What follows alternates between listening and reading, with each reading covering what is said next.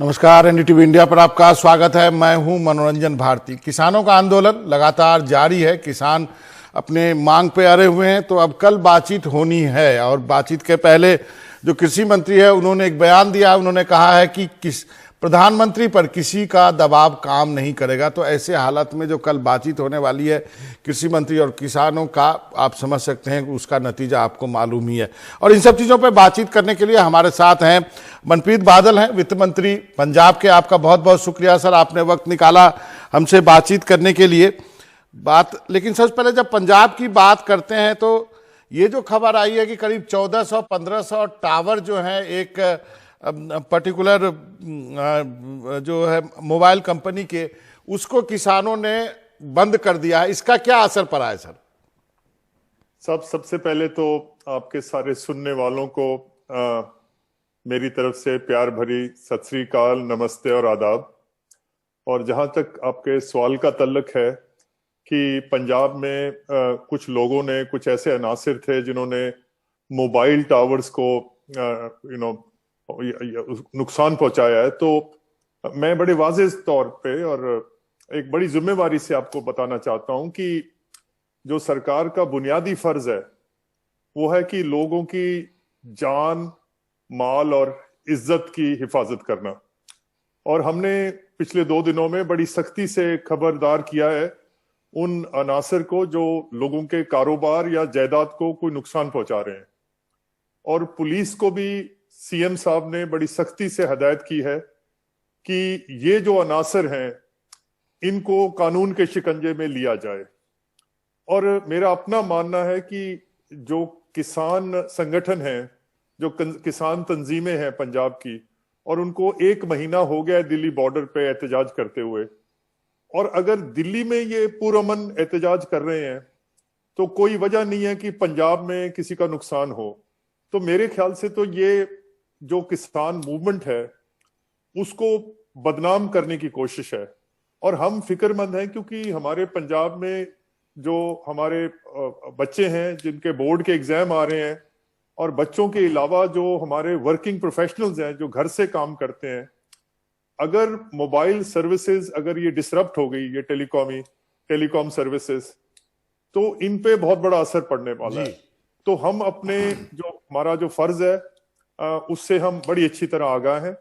और मैं आपको भरोसा, विश्वास, तसल्ली, यकीन, एतबार इस बात का दिलाना चाहता हूं कि जो सरकार का बुनियादी फर्ज है उस पे हम खरे उतरेंगे। और अगर आपके जो सुनने वालों को शायद ये नहीं पता होगा कि बाकी जो हिंदुस्तान में स्टेट्स हैं उसमें तो पिछले 70 साल में कोई इंडस्ट्रियल स्ट्राइक्स भी होंगी कारखानों में, जैसे कभी मध्य प्रदेश में हो गई, कभी गुड़गांव में हो गई। पंजाब साहब वाहद स्टेट है जहां पिछले 70 साल में कभी भी कोई इंडस्ट्रियल एक्शन या इंडस्ट्रियल स्ट्राइक नहीं हुई, कभी इस किस्म का माहौल नहीं है। इस वजह से मैं कह रहा हूं कि ये जो अनासर हैं जो ये तोड़फोड़ कर रहे हैं, ये हो सकता है किसान मूवमेंट को डिवाइड करने में या इनको बदनाम करने में लगे हुए हैं।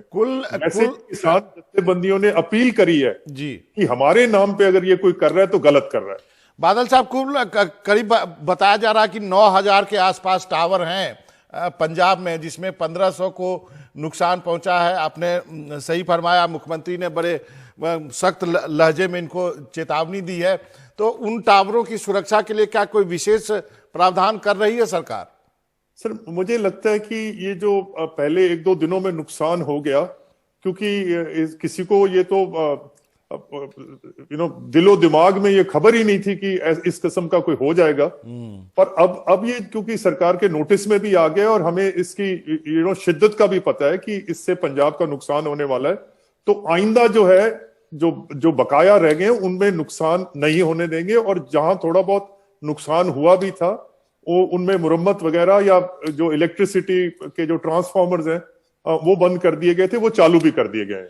दूसरा मेरा सवाल है कि आपने सुना कि जो केंद्रीय कृषि मंत्री है उन्होंने बातचीत से पहले का जो बातचीत होनी है किसानों के साथ, उसके पहले एक बयान दिया है जिसमें उन्होंने कहा कि प्रधानमंत्री मोदी पे किसी तरह का दबाव काम नहीं करेगा।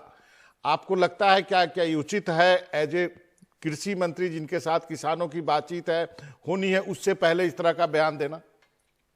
साहब, मेरी कोई इतनी बड़ी हैसियत या औकात तो नहीं है कि मैं इस पे कोई तबसरा करूं, पर हमारे पंजाबी में एक मुहावरा है, और वो मुहावरा है कि दोस्ती में, दुश्मनी में और आशिकी में इंसान का दिल तो बड़ा ही होना चाहिए, सही कहा। दिल छोटा नहीं होना चाहिए।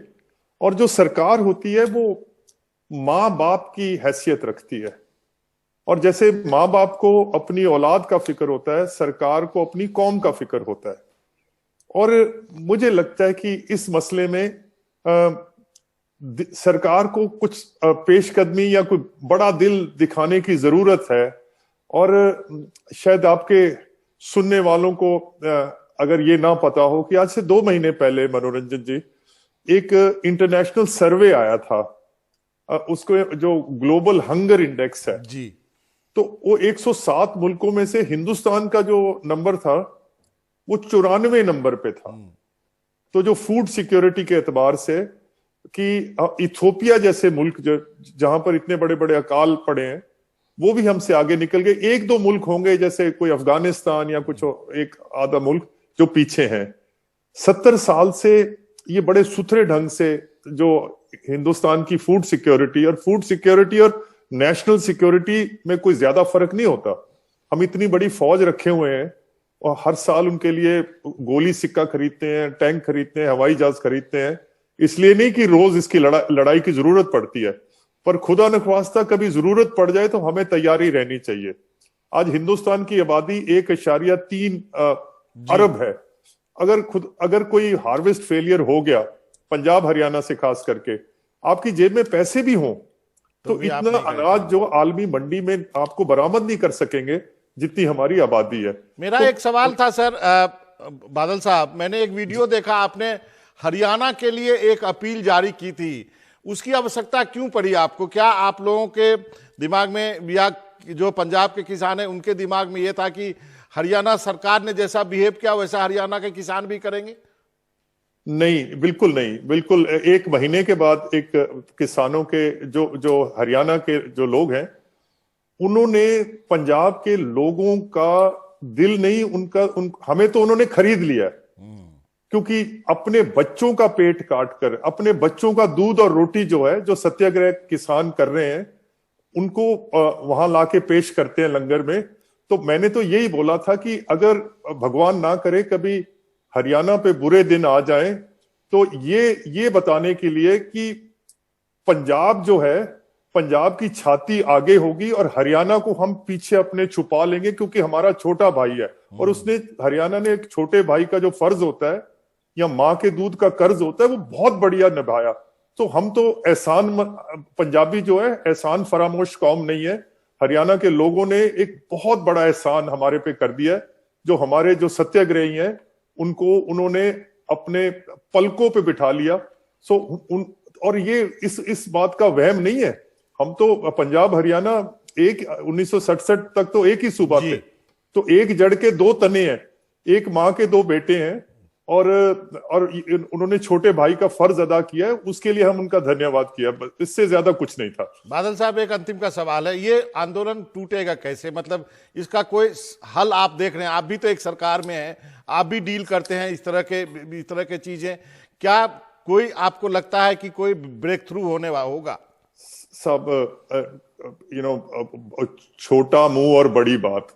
तो जैसे मैंने बोला कि मेरी तो क्या हैसियत है कि मैं क्या इसमें सुझाव दूं, पर अगर मेरी कोई सुनता हो तो मेरे 2 सुझाव हैं। एक तो ये है कि अगर अपनी गवर्नमेंट ऑफ इंडिया 6 महीने के लिए ये जो काले कानून है इनको ठंडे बस्ते में रख दे, जिसको अंग्रेजी में बोलते हैं they can be kept in abeyance, और सरकार भी सोच ले और जो किसान तंजीमें हैं वो भी सोच लें, एक दूसरे को समझा लें, इसमें कोई तरमीम करनी है, जैसे अमेंडमेंट्स करनी है। अगर 6 महीने या साल के लिए ये एक पीछे हट जाए, सरकार हट जाए, तो ये काम जो है ये सुथरे ढंग से हम समेट सकते हैं। दूसरा ये भी है कि अगर वो इस जिद पे अड़े हुए हैं कि हमने कानून वापस नहीं लेने, तो जाहिर है कि जो भी सेंट्रल लॉज होते हैं उनको स्टेट असेंबलीज ने रेटिफाई करना होता है। जी। तो जौन जौन से स्टेट्स को ये कानून अच्छा लगता है तो वो उसको इस पे रजामंद हो जाए, उनकी असेंबलीज पास कर दें। अगर पंजाब और हरियाणा को ये कानून नहीं अच्छा लगता तो पंजाब हरियाणा में ये कानून नहीं लागू होएगा, बाकी स्टेट जो इसको समझते हैं इसके कोई फायदे हैं तो वो कर लें। इन दोनों में से दोनों ऑप्शन जो है या तो 6 महीने के लिए इनको एक किस्म का मुलतवी कर दें जी, या जौन से स्टेट्स जो रजामंद है और जाहिर है जहां बीजेपी की सरकारें हैं वहां ये हो जाएगा, और जहां हमें लगता है कि ये कानून जो है किसान के हक में नहीं है हम नहीं करेंगे। दोनों तरफ से मुझे लगता है ये पहलकदमी या पेशकदमी या बड़ा दिल जो है वो भारत सरकार को दिखाना चाहिए, और कल जो है जो भी मीटिंग हो वो फैसला कुन हो। चलिए, आपका बहुत बहुत शुक्रिया मनप्रीत बादल साहब। बहुत कम ऐसे नेता हैं जो इतनी अदब से, इतनी सफाई से और इतनी ईमानदारी से बात करते हैं। आपसे बातचीत करना हमेशा मुझे अच्छा लगता है। आपका बहुत बहुत शुक्रिया एनडीटीवी से। ये तो भारती साहब आपकी आंखों का हुस्न है, वरना हम क्या आदमी हैं। चलिए, thank you sir, thank you. Thank you sir.